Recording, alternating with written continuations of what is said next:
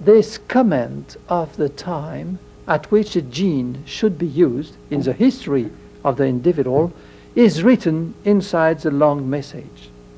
But now look, if two little portions have to be under the comment of a common event, the easiest way would be to have them close together geometrically inside the nucleus, so that one molecule would have them fixed together and react at the moment that another molecule is coming in. And it's what is happening in the chromosomal rearrangement. That we know now, for example, in cancer, that when we see that chromosomes have been reshuffled by the neoplastic process, it's not random, but what is reshuffled is this part which is by physiology close to that one, to the other one, but can separate. And in cancer they hook together and they stay there, so that the cell cannot regulate any longer. Everything is put at present instead of being in the future. But on the contrary, if there is a geometry which defines the time, then you understand why remolding the chromosome is in fact putting the discovery of life and projecting them in the future, which explain why the progression of the species is so obvious during the times. Nevertheless, man is a curious phenomenon. First it talks, and you can to some extent believe what he says, but he has an extraordinary peculiarity. Man is the only living on this earth which feel some connivence between himself and the universe. Admiration is the typical virtue of man. Only man can admire. We have never seen a dog enjoying the fragrance of a rose, because it does not eat roses. We have never seen a chimpanzee looking at the starred sky. We have never seen a man not being impressed by the splendor of the night or by the color of the sundown. From where is coming from this extraordinary resonance between the outside nature and the fact that we are human beings?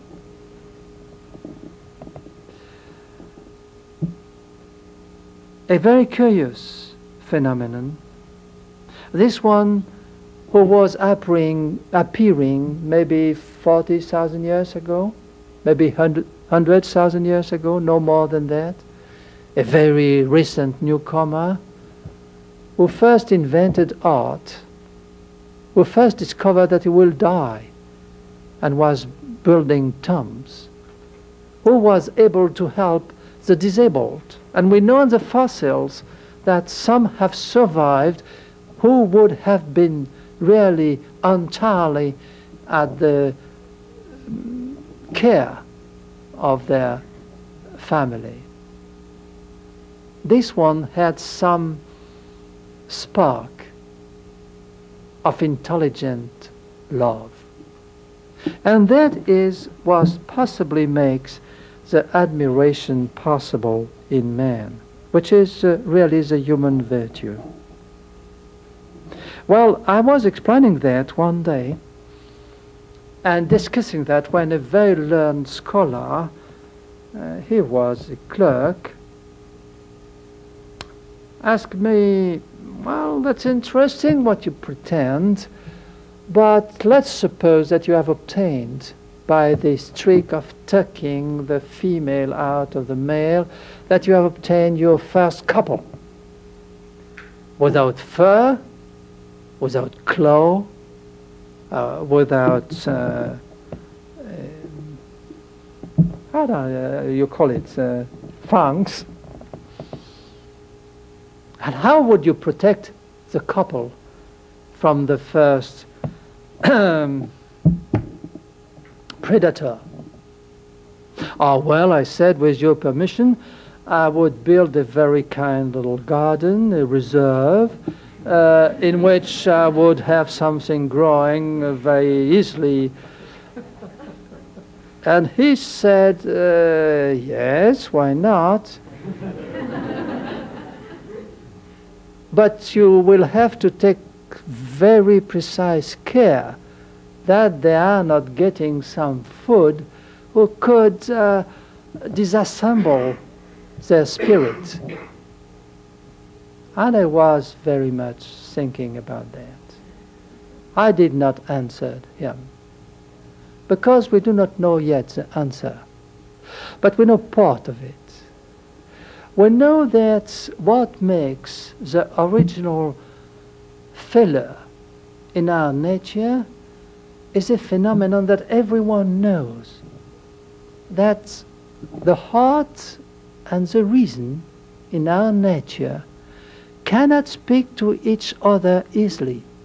Mr. Darwin was describing it very well when he said, grinding theories, I lost the love for poetry.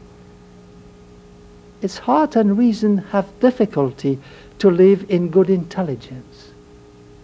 All the philosophers are telling that. Then maybe it was because at the beginning there was some harmony between the heart and the reason, which got destroyed by a kind of trip with LSD or something of that kind, which suddenly destroyed the very fine structure in the brain, together with the very fine structure in the chromosome, which was producing this harmony. And maybe that's the reason why we have not lost entirely the faculty of admiration, but it is possibly the reason also why the little instants during which we really admire are so small and then so precious. Oh, there is a little point I was not talking about, which is purely anatomical, that my contradictor told me, but what do you do about a little flat bones somewhere? And I just said it's a very curious phenomenon, sir, but there's no importance in evolution.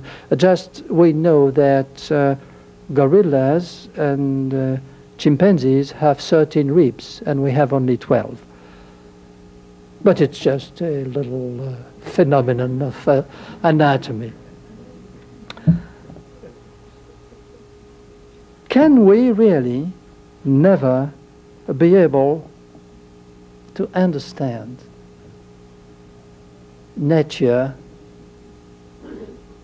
at the same time with our heart and with our reason? Obviously, it's very rare. And obviously, that is the human condition. But I know one case in which it has happened. It has happened once in science. Once a delegation of astronomers came to visit a very potent king. It was in the Middle East.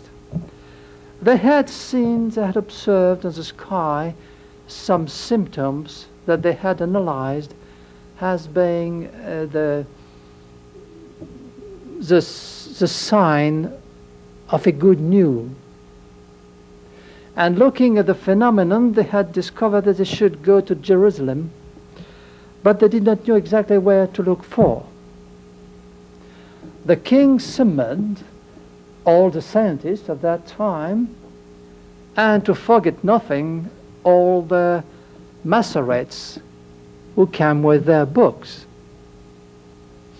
Nobody was really understanding what those three astronomers were talking about, the birth of a little king, but you know, a good news for the people is not very often a good news for the establishment, so that they were a little afraid.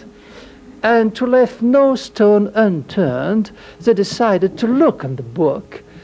And one of the Masoret told them that there was a little town called Bethlehem, which means the house of the bread, in which maybe this little king will be born. I was not there, but I've heard about the story, and I suppose that Herod and all his court did not went out to look about the phenomenon. And I suppose that the Masoret were still the nose in their book and not looking about the sky. And they were right doing so, because they would not have seen anything. You need to be an astronomer to see slow movements in the heavens. But by fitting both, I mean the scientist and the religious man, to their own way of knowing. One is by reason, it's science. The other is by heart, which is revelation. And they were honestly saying what each of them were knowing. So that forced them to make the real discovery, the discovery of the woman conceived at the perfection who had given birth to the new Adam. They finally met the Virgin and the child. That's the only case in which we know that science and religion were cooperating usefully. But unfortunately, the political power was not convinced either by science nor by revelation. And the political power did at that time exactly what they do today.